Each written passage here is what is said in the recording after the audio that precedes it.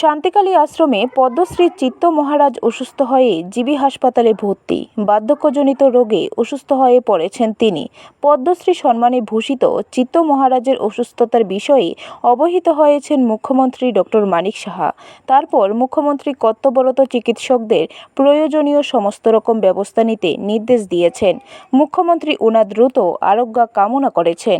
শনিবার মহারাজকে দেখতে জিবি হাসপাতালে ছুটে গেলেন প্রদেশ বিজেপির সহসভাপতি সুবল ভৌমিক। তিনিও মহারাজের দ্রুত আরোগ্য কামনা করেন। আমাদের রাজ্যের গর্ব এবং পদ্মশ্রী প্রাপ্ত আমাদের শান্তিকালী মহারাজ চিত্ত মহারাজ আজকে গতকালকে অসুস্থ হয়ে আছেন হাসপাতালে। আমি ওনার সঙ্গে মিলিত হয়েছি, কথা বলেছি।